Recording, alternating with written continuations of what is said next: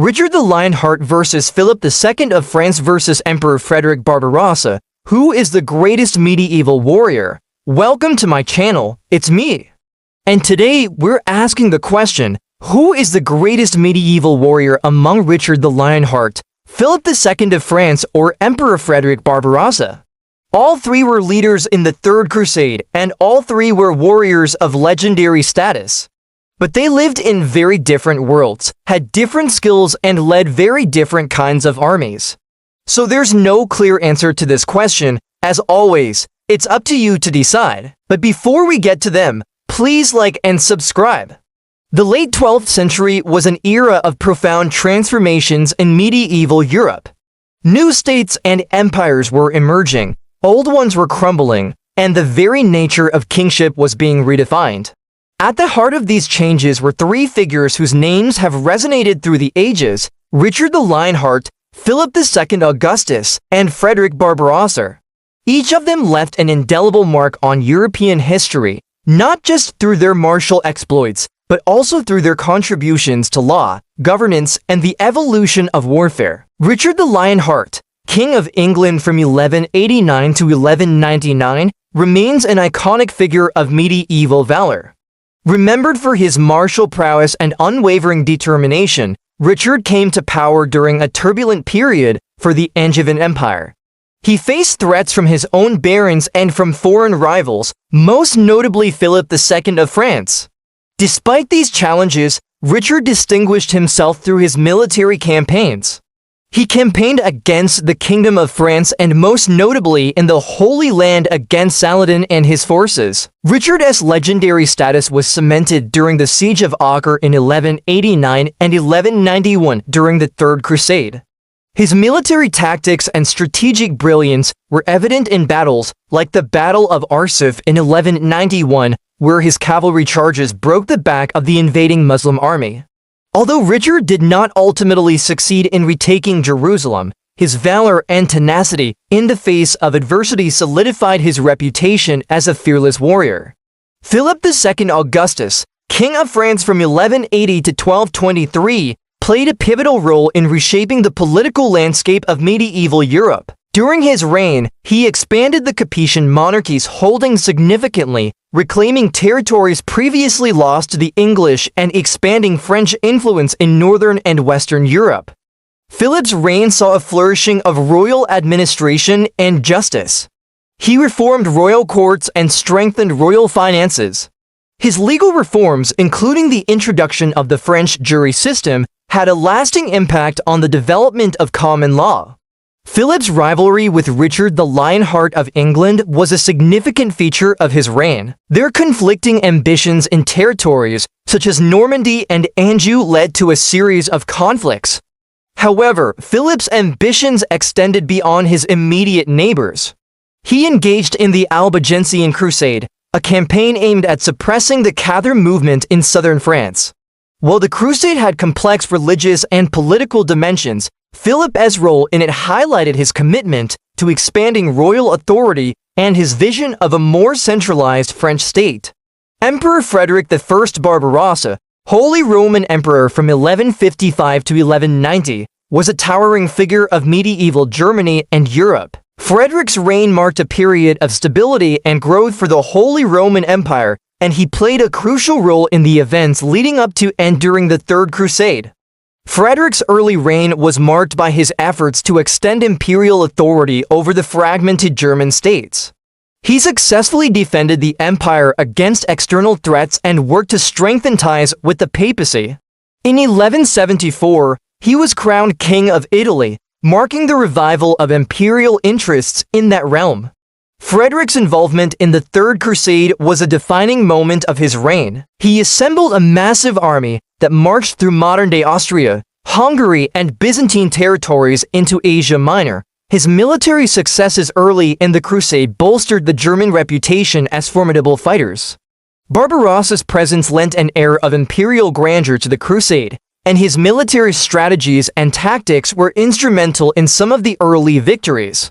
However, his untimely death in 1190 while crossing the Salaf River in Anatolia cut short his crusading ambitions and his legacy. When we think of Richard the Lionheart, Philip II of France and Frederick Barbarossa, their military accomplishments often overshadow their other achievements. Yet each of these rulers had a profound understanding of the tools and strategies of warfare, shaped not only by their personal ambitions, but also by the evolving dynamics of medieval Europe. Richard's military record reveals a warrior who excelled in personal combat and cavalry tactics. His victories against the French in the Battle of the Revertement in 1194 showcased his skill in exploiting enemy weaknesses. Similarly, his decision to relieve the siege of Acre during the Third Crusade demonstrated his ability to adapt and strategize under pressure. Philip II, on the other hand, was a master of siege warfare. His capture of the English city of Douai in 1200, for instance, exemplified his preference for methodical planning and attrition. He understood the strategic value of controlling territory and using resources to his advantage. Frederick Barbarossa, known for leading one of the largest crusading armies ever assembled, employed a combination of force and diplomacy in his military campaigns. His subjugation of the Lombards in northern Italy demonstrated his ability to use a combination of military might and political negotiation to achieve his objectives. The abilities of Richard, Philip, and Frederick didn't exist in a vacuum. They were products of the unique environments and circumstances they operated within. Richard's martial training and experience in tournaments honed his skills in personal combat, which were then translated into battlefield victories. Philip's rise to power amidst the chaos of the waning Angevin Empire forced him to become a master strategist, always looking for ways to outmaneuver his opponents. Frederick's position as Holy Roman Emperor gave him access to a vast pool of potential soldiers, though his ability to control and manage such large forces was equally important. As we look at the military careers of Richard the Lionheart, Philip II of France, and Frederick Barbarossa, it's clear that they're all products of their times. Their decisions, strategies, and rivalries were shaped by the political, social, and religious norms of the late 12th century. They exemplified different facets of medieval warfare, from Richard's chivalric ideals to Philip's strategic brilliance to Frederick's imperial grandeur. But in the end, their legacies serve as a reminder of the complexities of medieval history and the multifaceted nature of their world. But which of these men was the greatest medieval warrior? Richard the Lionheart, known for his fearlessness and martial prowess, embodied the chivalric ideal of the medieval warrior. His military achievements, particularly during the Third Crusade, cemented his legendary status. Philip II Augustus, the shrewd strategist, expanded the French monarchy and reshaped European politics through his military campaigns. His mastery of siege warfare and territorial control was a key element of his success. Frederick Barbarossa, the imperial warrior, led one of the largest crusading armies ever assembled. His military exploits in Germany and Italy showcased his ability to wield vast forces effectively. Their differing styles and approaches to warfare were not just a reflection of their individual personalities, but also the result of the unique circumstances they faced. Richard's personal combat skills were honed in the context of aristocratic culture and jousting traditions. Philip's strategic thinking was shaped by the fragmented nature of medieval states and the constant need for expansion. Frederick's approach to warfare, on the other hand, was influenced by his imperial responsibilities and the need to project power across vast territories. Each of these rulers contributed to the martial landscape of medieval Europe in their own way. Richard's bravery inspired awe and his name became synonymous with the ideal medieval warrior. Philip's strategic brilliance was instrumental in reshaping the political map of Europe. And Frederick's military campaigns, though cut short by his untimely death, left a lasting impact on the Crusades and the Holy Roman Empire. Who was the greatest medieval warrior among them is ultimately a matter of perspective and the criteria one places on the term warrior. But what is clear is that their martial legacies continue to resonate, offering us a glimpse into the military minds and strategies that shaped medieval warfare. So now it's time to make your voice heard. Which of these medieval warriors do you think deserves the title of the greatest? Richard the Lionheart, Philip II of France, or Emperor Frederick Barbarossa? Your support means the world to me. Until next time, stay curious, stay engaged, and keep exploring the captivating past. Take care. Richard the Lionheart is best remembered today as one of the most fearsome warriors of the Middle Ages, a courageous fighter who led medieval Christianity's desperate charge to capture Jerusalem from Muslim rule. But what many people don't realize is that Richard didn't just fight Muslims during his famous crusade. He also engaged in fierce fighting against fellow Christians. And the object of his ire was none other than King Philip II of France, whose relationship with Richard was so fraught with tension that it very nearly resulted in open warfare before the two Englishmen ever set foot in the Holy Land. But why did these two medieval rivals come such a shaky truce? And how did that truce eventually lead to an all-out feud that lasted for years? To understand the falling out of Philip and Richard, it's important to first understand what motivated each man to go on crusade in the first place. For Philip, it was all about politics. Ever since becoming king of France in 1180, Philip had been steadily working to expand his kingdom's borders at the expense of England's Angevin dynasty, which ruled over territories in both England and France. In particular, he'd been eyeing the English possessions in northern France, namely Normandy and Anjou, which were ruled by Richard's older brother, King John. Philip saw an opportunity to seize those territories when England's powerful queen, Eleanor of Aquitaine, launched a rebellion against her husband, King Henry II, back in 1173. By siding with Henry against Eleanor, Philip was able to keep the rebellious nobles from taking too much of Aquitaine for themselves and thereby secured his kingdom's western border. But with Henry now dead and his sons ruling England and parts of France respectively, Philip began scheming once again to add the Angevin possessions to his own lands.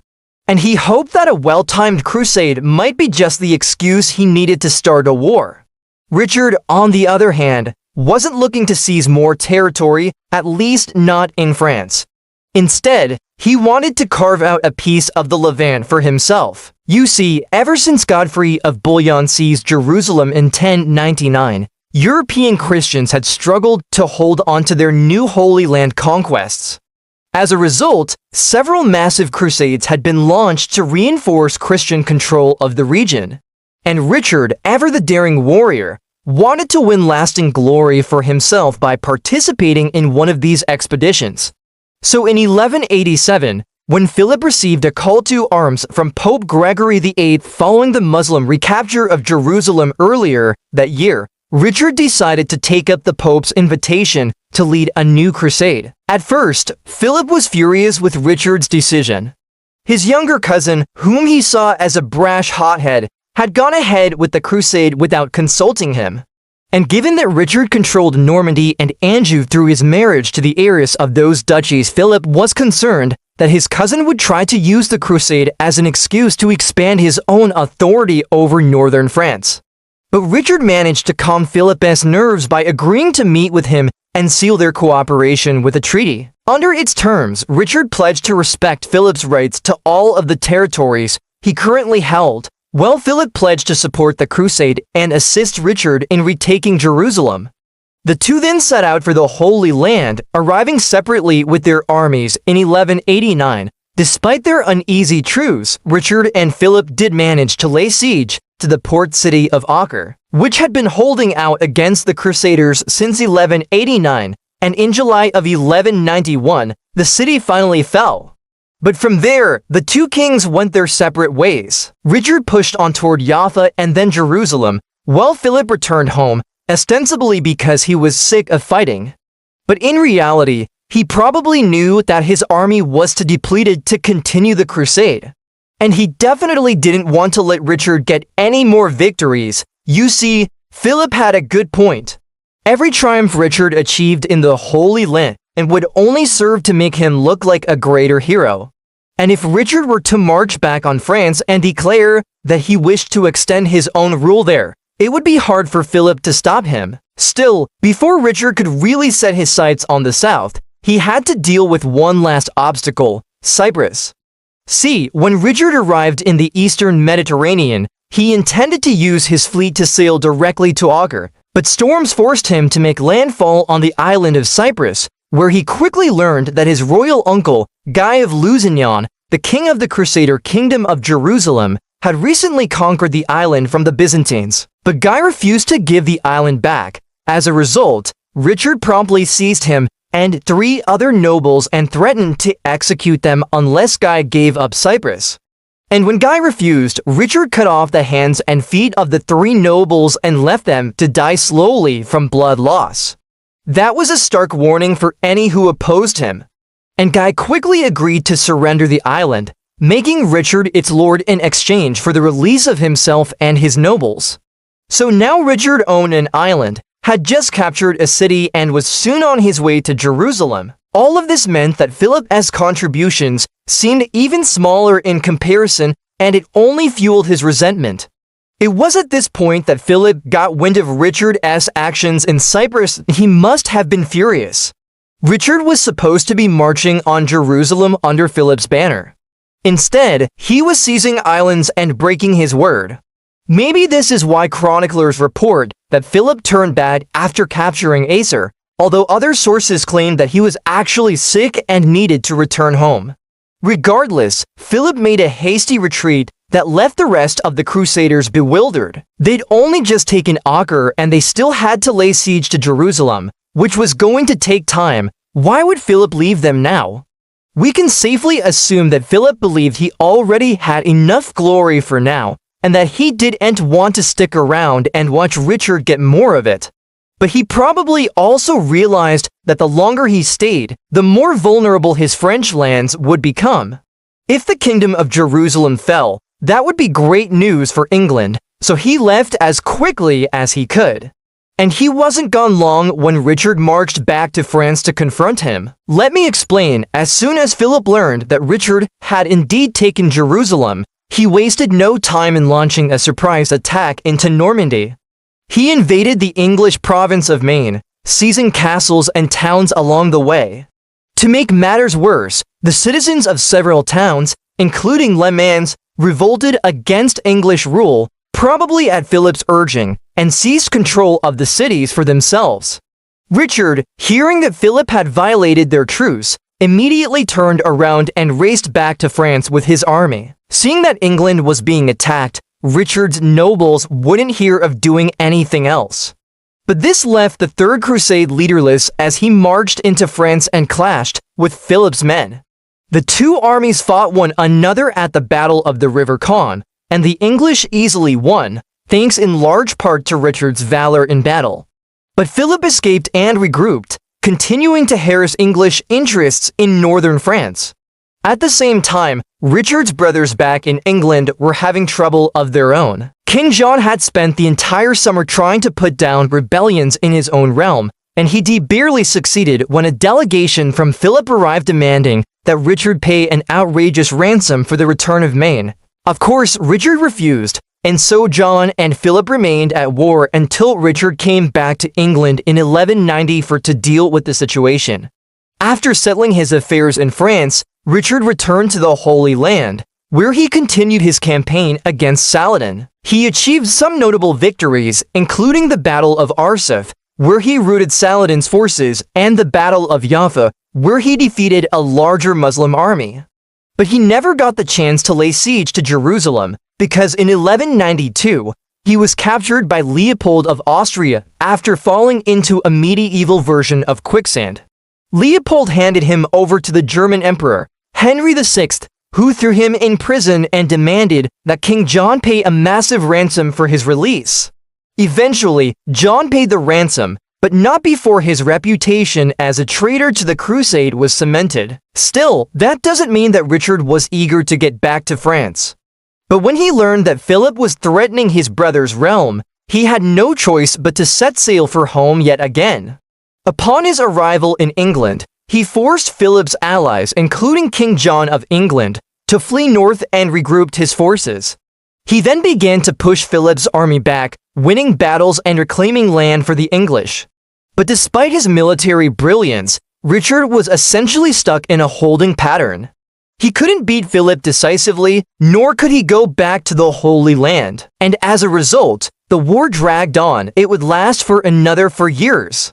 In 1196, Richard was mortally wounded in a minor battle near the town of Calais. The next year, he died at the English castle of Briquebec, where he'd gone to recover. It's likely that Richard's death came something of a relief to Philip, because although he'd beaten Richard in France, he hadn't managed to solve any of his problems. In fact, his victory over Richard allowed him to seize Normandy, Anjou, and most of Aquitaine, thus making him the dominant power in France. Ironically, therefore, it was Richard's military genius that proved to be the undoing of his house's interest in France. And if Richard had lived, things may have turned out differently. But history has a funny way of working itself out. For more about the conflict between England and France, check out our series on the 100 Years' War. Thanks for watching. The Legacy of Conquest, a look at Emperor Frederick Barbarossa's military prowess. The 12th century witnessed the rise of a legendary warrior king, a man whose exploits on the battlefield echoed across Europe, leaving an indelible mark on the continent's history. Born in 1123, Frederick I, better known as Frederick Barbarossa, ascended to become the Holy Roman Emperor in 1155, but his story is more than just a tale of royal lineage. It's a gripping narrative of ambition, conquest, and an unquenchable thirst for power. Join us as we delve into the life of this medieval behemoth, exploring the strategies, battles, and rivalries that made him the unrivaled conqueror of his time.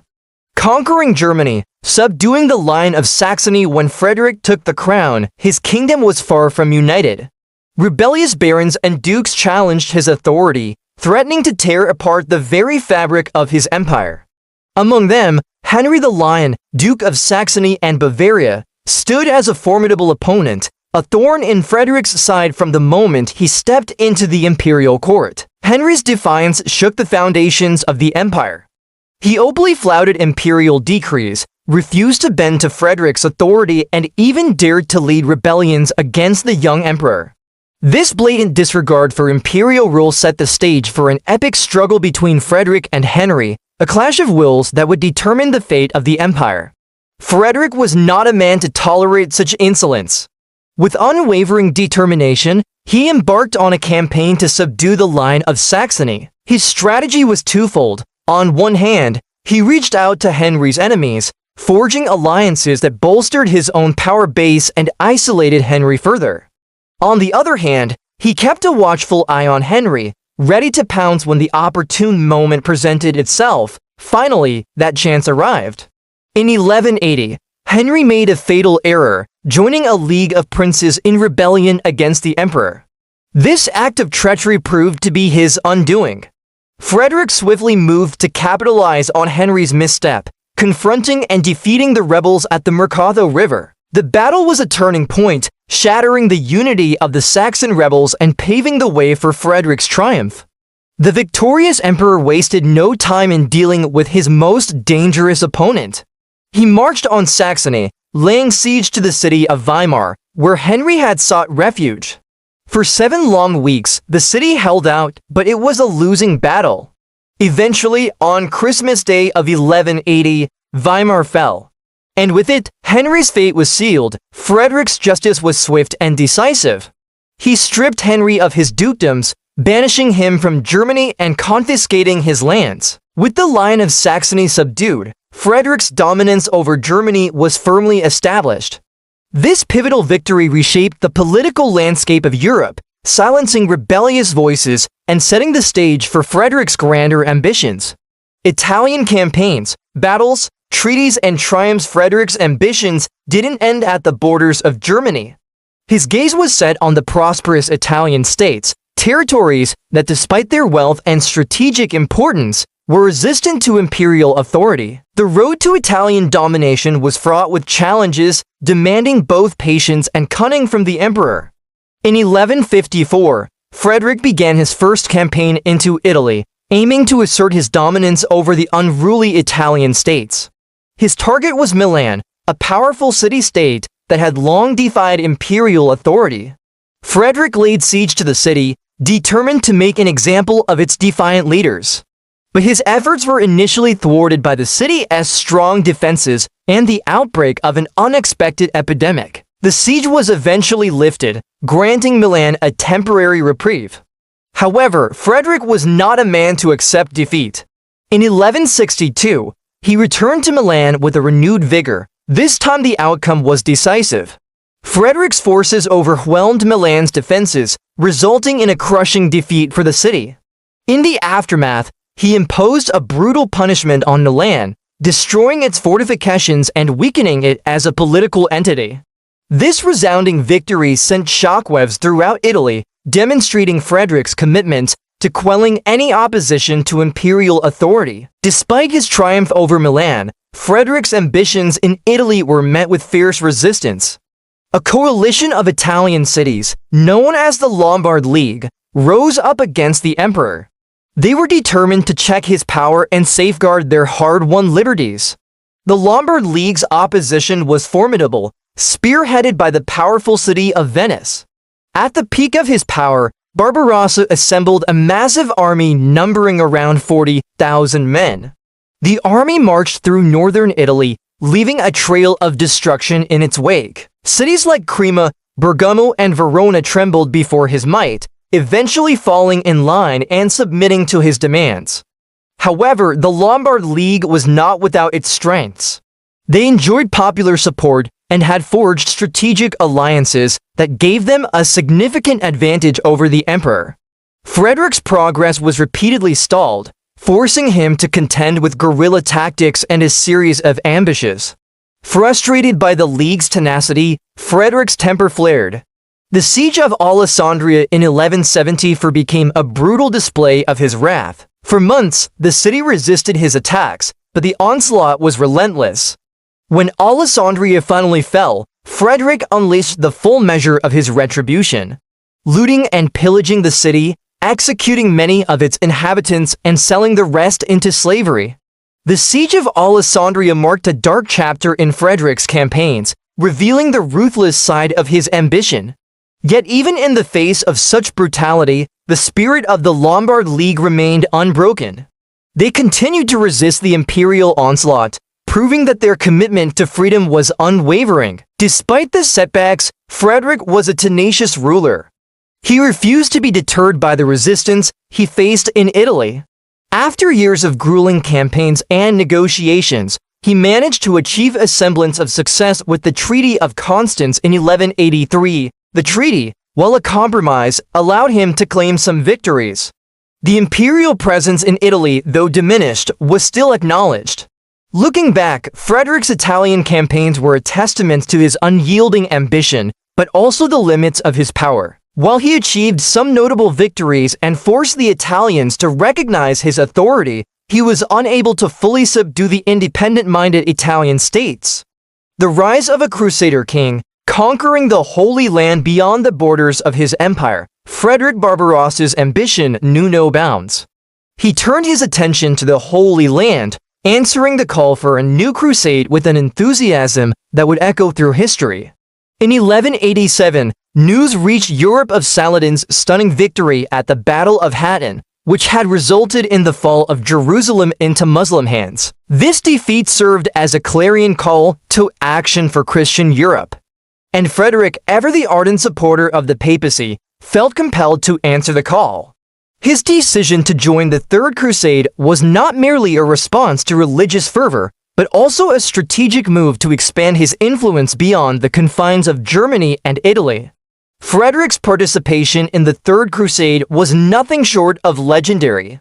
Determined to carve out a piece of the Holy Land for Christendom, he assembled a massive army that has become a symbol of medieval military might. His army, composed of an estimated 100,000 German and 20,000 Italian soldiers, was a formidable force, equipped with advanced weaponry and battle tactics that would test the might of the Muslim armies. The journey to the Holy Land was fraught with challenges. The Crusaders faced hunger, disease, and the harsh terrain of the Middle East, yet through it all, Frederick's resolve remained steadfast. Upon reaching the Holy Land, Frederick's army went on a rampage, leaving a trail of destruction in its wake. Cities like Antioch, Sidon, and Acre trembled before their might. However, the pinnacle of his military achievements during the Crusade was the Battle of the River Salif.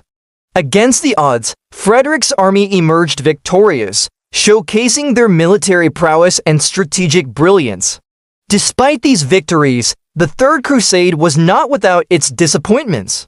Ultimately, the Crusaders failed to recapture Jerusalem, and Frederick himself died in 1190 while crossing the Salif River. His demise cut short his crusading ambitions and left an enduring sense of what could have been. Frederick Barbarossa's campaigns in the Holy Land stand as a testament to his boundless ambition and military genius. Although he didn't live to see the realization of his dream of conquering Jerusalem, his contributions to the Third Crusade remain an indelible part of medieval military history.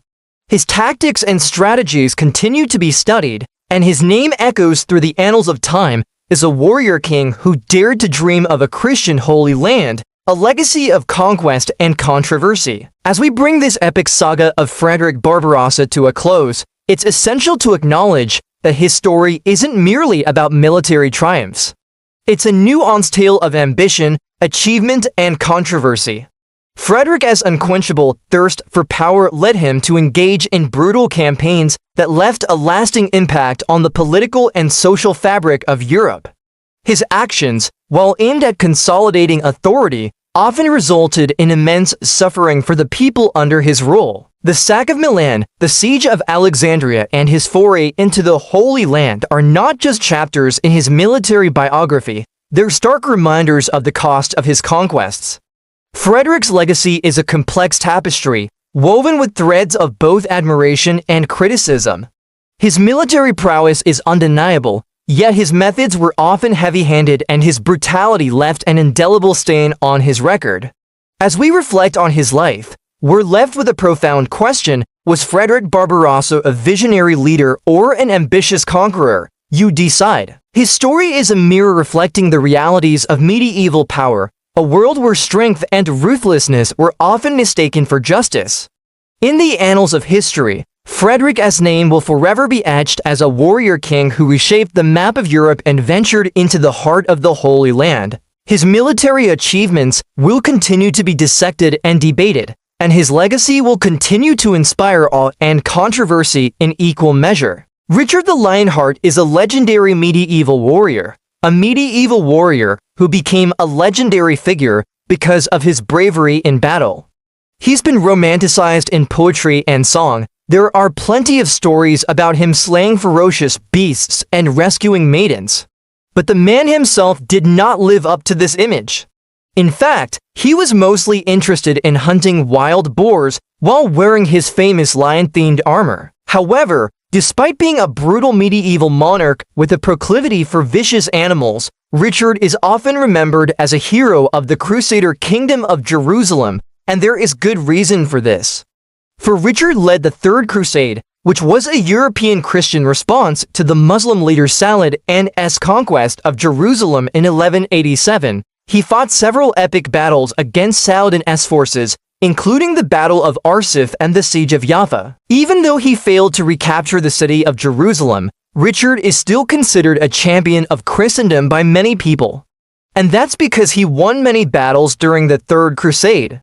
So today, we're going to be looking at some of those epic victories that Richard achieved during his campaign in the Holy Land. But before we look at those victories, let us take a moment to look at how the alliance that enabled Richard to go on crusade in the first place actually fell apart. The year is 1190, and the great alliance between England and France is set to depart for the Holy Land. Now, despite the fact that Louis VII of France and Richard I of England have sworn an oath of mutual support and are related by marriage, there is tension between the two kings.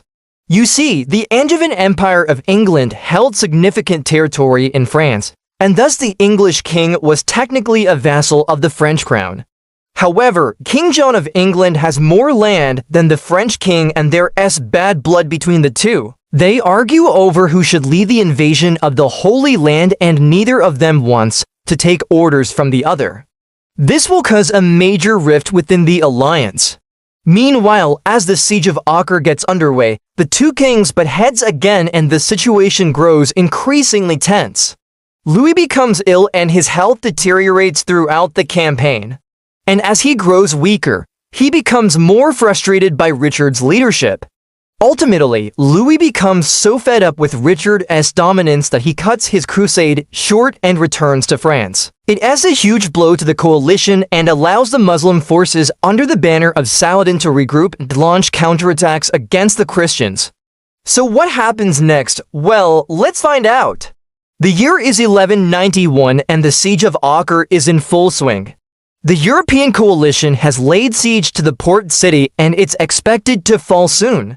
However, the Crusaders are running low on supplies and they desperately need reinforcements. When Louis VII departs for France, the responsibility of supplying the army falls solely on Richard the Lionheart. Richard manages to keep the Crusaders fed and supplied until reinforcements arrive, but he is unable to prevent the death of thousands of European soldiers from starvation. As the siege continues, Richard grows increasingly frustrated by his allies' inability to provide adequate support. And as the situation grows more dire, he begins to blame the French king personally. In a fit of rage, Richard accuses Louis of deliberately abandoning the crusade and refuses to accept any further assistance from the French. It's a major rift between the two kings and it foreshadows the end of their alliance. As the siege drags on, the Crusaders become more desperate. They begin to kill anyone who leaves the city, suspecting that they are spies or deserters. When a knight named Walter of Sully tries to sneak out of the city to warn the French of an impending attack, he is captured and put on trial. Richard presides over the trial himself, and he sentences Walter to death without giving him a chance to defend himself. It is a brutal reminder of the lengths to which the Crusaders will go to protect their interests, and it highlights the growing paranoia and desperation of the situation. The Crusaders eventually succeed in capturing the city of Acre, but it is a hollow victory. The Crusader coalition is shattered and the European kings return home. Soon after, Richard finds himself fighting for his life against the Muslim leader, Saladin. In 1192, Richard and his knights clashed with Saladin's forces near the city of Arsif. The two armies faced off in one of the largest battles of the Third Crusade. Richard's knights rode into battle clad in their iconic lion-themed armor, roaring like lions as they charged forward. Their heavy cavalry smashed through the enemy lines, scattering the Muslim infantry and sending them fleeing. But Saladin's forces were prepared for the attack and they fought back fiercely. The Muslim horsemen surrounded Richard and his knights, launching volley after volley of arrows at them. The Crusaders' horses fell like flies, but Richard remained determined and kept fighting. As the battle raged on, the Crusaders began to lose hope. They were exhausted and outnumbered, and it seemed like their defeat was inevitable. But just when all seemed lost, Richard rallied his troops and led them in a final charge. With a mighty roar, the Crusaders broke through the enemy lines and scattered Saladin's forces once again. Richard had won a great victory, but it came at a high cost. Many of his knights had been killed or wounded, and he himself had been struck by an arrow. Despite his injuries, Richard refused to rest. He knew that the Muslim leader Saladin would not give up easily, and that his victory at Arsif would only encourage Saladin to fight even harder. And so the Battle of Arsif was far from the last time that Richard and Saladin's armies would clash. In the aftermath of the battle, Richard pressed his advantage and marched on Jaffa, a major port city on the Mediterranean coast. The Crusaders laid siege to the city, but it proved to be a difficult task. Jaffa was heavily fortified and well defended by Saladin's forces. But Richard was determined to capture the city and he refused to give up. He ordered his men to build siege engines and fortifications to surround the city and cut off its water supply. And as the siege dragged on, the Crusaders' determination only grew stronger. Finally, after weeks of fighting, Jaffa fell and Richard's forces captured the city. It was a hard-won victory, but it gave the Crusaders control of one of the most important cities in the region. However, despite their military successes, the Crusaders were unable to hold onto their gains. After the fall of Jaffa, Richard's health began to fail and he was forced to return to England. The Crusades ended without retaking Jerusalem and Richard's legacy was tarnished. But despite their ultimate failure, the Crusades remain a pivotal moment in history. They marked the beginning of a new era of European involvement in the Middle East and had a profound impact on the relationship between Christianity and Islam. Now, after Richard's departure, the Holy Land was plunged into chaos and warfare continued to rage between the Christian kingdoms and the Muslim powers. The legacy of the Third Crusade lives on in the stories of bravery and valor that have been passed down through the ages. But the reality of the Crusades was far more complex and brutal than the legends would have us believe. Richard the Lionheart is often remembered as a valiant warrior who fought for the Holy Land, but his legacy is also intertwined with the violence and destruction that accompanied the Crusades. The clash between Richard and Saladin was a pivotal moment in history, a confrontation between two of the most legendary warriors of the medieval age. But it was also a brutal reminder of the human cost of war. The Battle of Arsuf and the Siege of Jaffa were epic clashes that showcased the military prowess of both sides. But they were also marked by the suffering and loss of life that accompanied medieval warfare. The legacy of the Third Crusade continues to fascinate us today, but it's important to remember that behind the legends of Richard the Lionheart and Saladin, there were real people whose lives were shaped by the events of that era. The Crusades were a complex and controversial period in history, and Richard's role in them remains a subject of debate and discussion. But one thing is certain, his story is an integral part of the rich tapestry of medieval history. Frederick Barbarossa, Holy Roman Emperor, legendary medieval warrior, near neighbor of Dracula. And if you know anything about me, you'll know that I am delighted. So today, we're going to look at his life and legacy and why people still get excited about this guy almost 900 years after he died. Now, as always, there are links to more information below, including our community, where you can find even more information about the topic and share your own knowledge with everyone else. There is also a link to our support page because I do like to make more videos like this, and that costs money. Now let's jump in. So the first thing that I think needs to be established here is that Frederick wasn't actually called Barbarossa. That nickname means Redbeard and was actually given to him by his enemies, possibly due to either his choice of hair dye or to a particularly vicious battle where he fought against the Lombards in 1162. It is not quite clear, but in either case, it was a little rude. His actual name was Frederick I, and he was elected king of the Romans in 1152 and then crowned Holy Roman Emperor in 1155. He reigned until his death in 1190, and so his reign spans a very important period in medieval history. Let us get out our trusty time machine and take a quick tour of Europe in the mid-12th century to see what is going on. Okay, now it looks a little different. Trust me, first of all, Europe is getting richer. Trade is expanding along established routes and new ones are being opened up. Towns and cities are growing and many of them are going to become centers of trade and finance.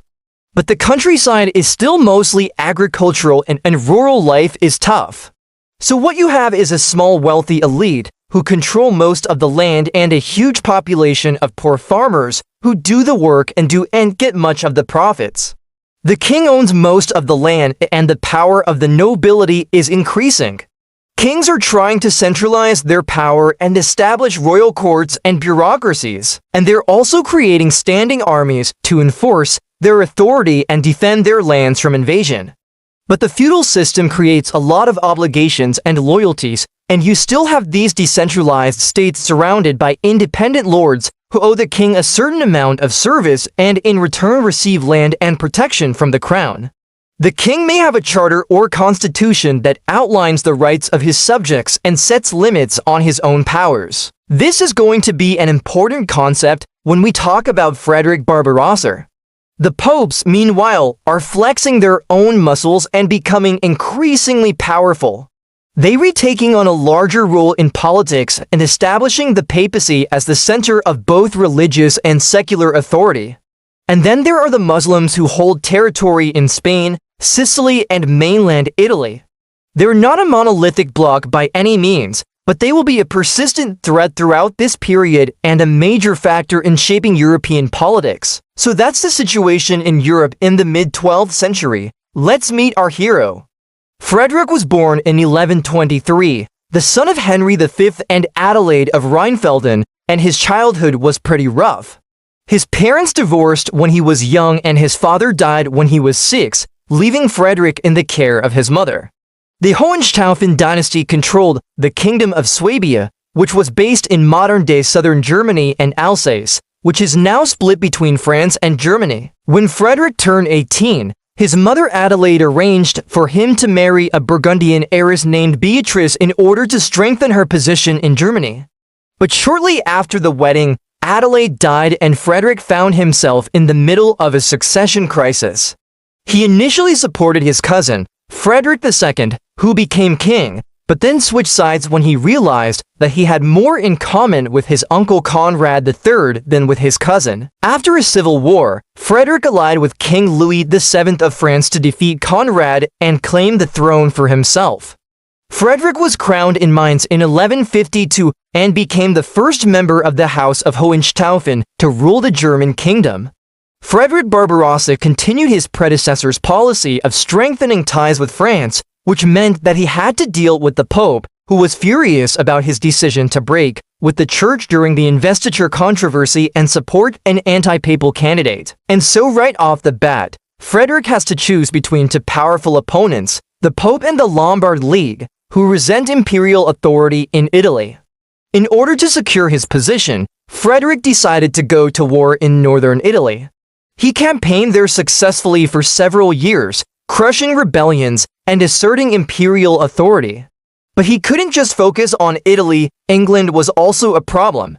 King Henry II claimed that the English throne was his by right, and he wanted Frederick to help him conquer Ireland. But Frederick refused, and the two kings went their separate ways.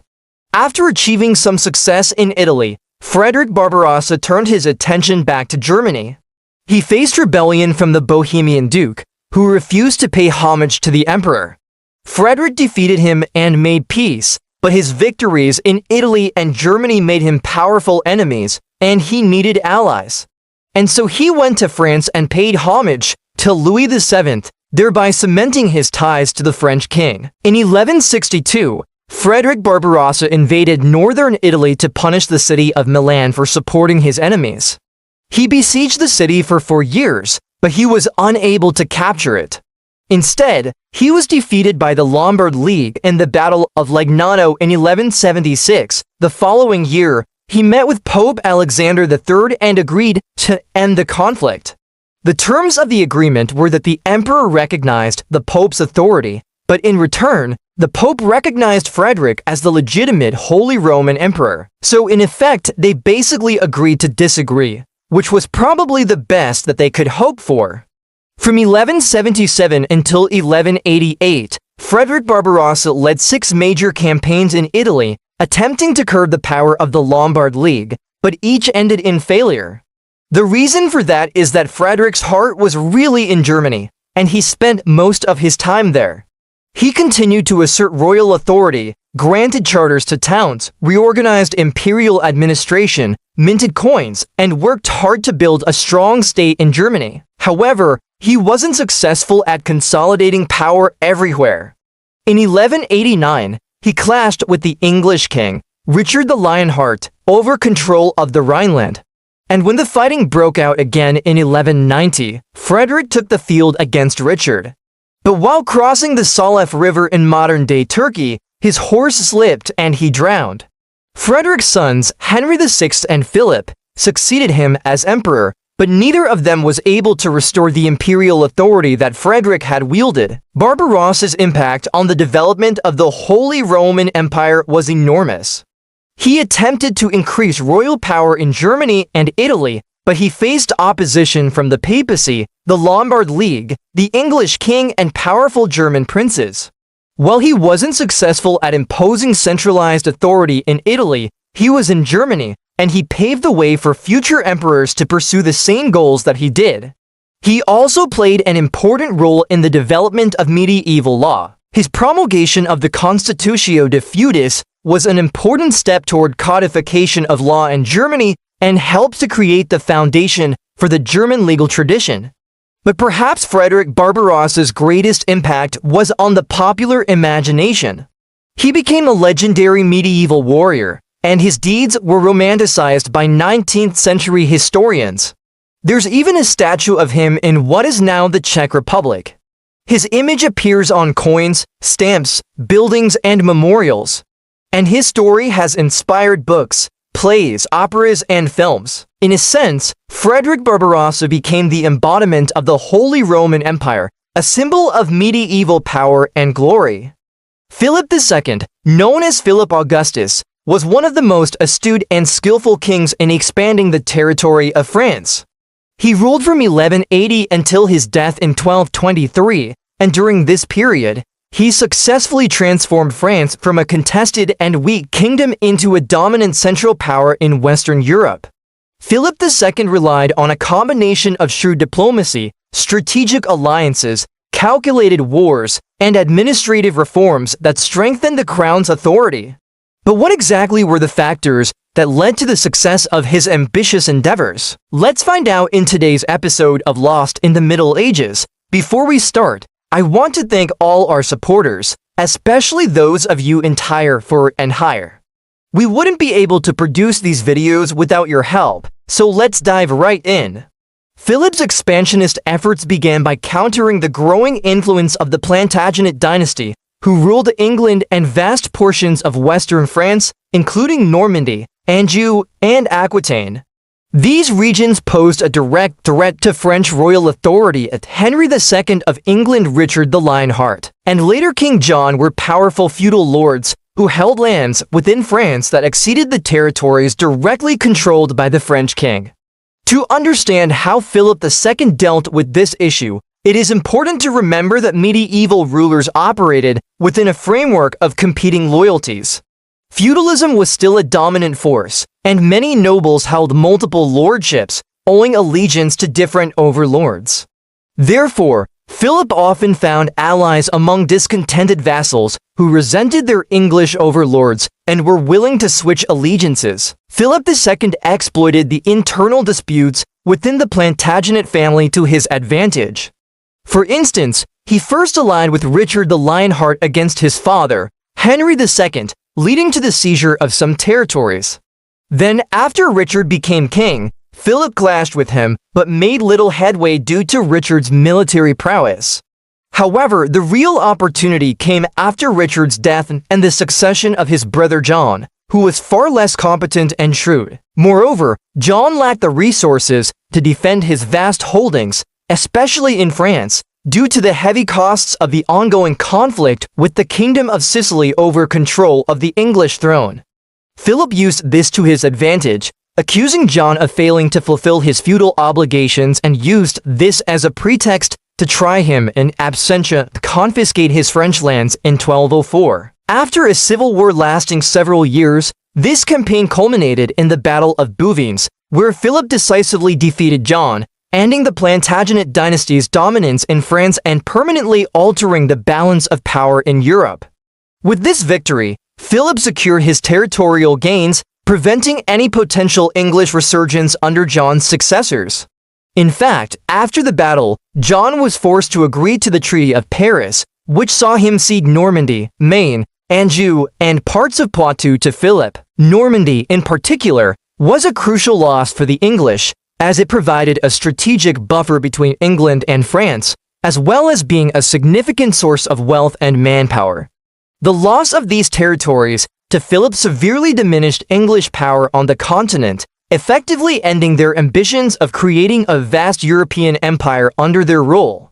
Moreover, these territorial losses weakened the English treasury, forcing John to impose new taxes and levies on his already burdened subjects. This financial strain contributed to the discontent and rebellions that continued to plague his reign, such as the revolt of his son, the future King Henry III, and the baronial opposition led by the notorious rebel, Robert Fitzwalter.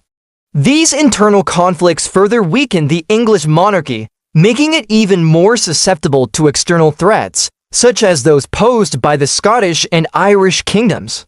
With the Plantagenets driven out of France, Philip II set his sights on other areas, notably to the north and east of France. Through a combination of marriage and diplomacy, he brought the northern territories of Artois and Valois back under direct royal control, incorporating them into the French crown.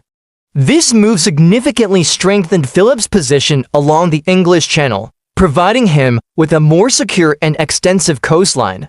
Moreover, these regions were not only strategically important, but also economically prosperous, with fertile lands and thriving cities like Paris. By incorporating them into France, Philip increased the wealth and manpower available to the crown, bolstering its resources for future expansion and strengthening royal authority.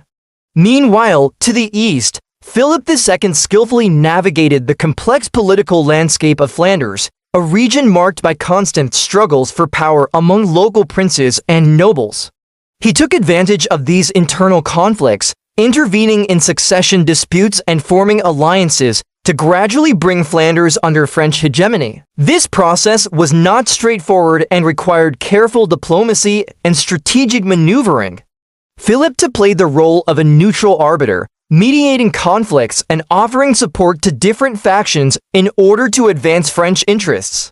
He formed strategic marriages between members of the French and Flemish nobility, further entangling the region in French affairs and creating a network of alliances that favored the French crown. For example, in 1198, he brokered the marriage between his daughter Isabella and the Flemish Count Baldwin, securing a closer relationship between France and Flanders. It's important to note that Philip II did not necessarily seek to annex these territories directly. Instead, he preferred to maintain control from afar, exploiting the existing structures of feudalism to his advantage. By keeping the formal title of Count or Duke while exercising royal authority, Philip could exert influence over these regions without triggering major rebellions or destabilizing the broader political order. This approach allowed him to avoid costly and protracted campaigns while still advancing French interests. However, when faced with resistance or threats from external powers, such as the English, Philip did not hesitate to use force to protect his gains.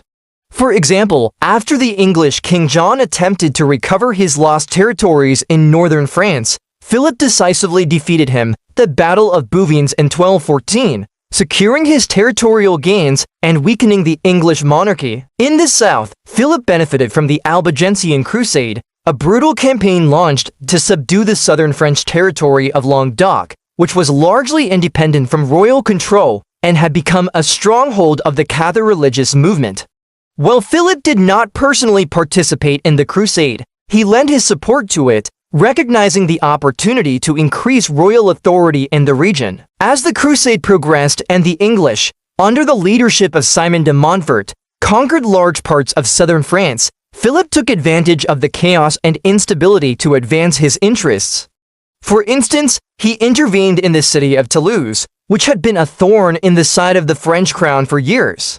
When the city's countess, Eleanor, died in 1209, Philip seized the opportunity to assert royal authority there, laying the groundwork for the eventual full integration of these territories under royal rule. To consolidate his gains, Philip II implemented a series of administrative and military reforms.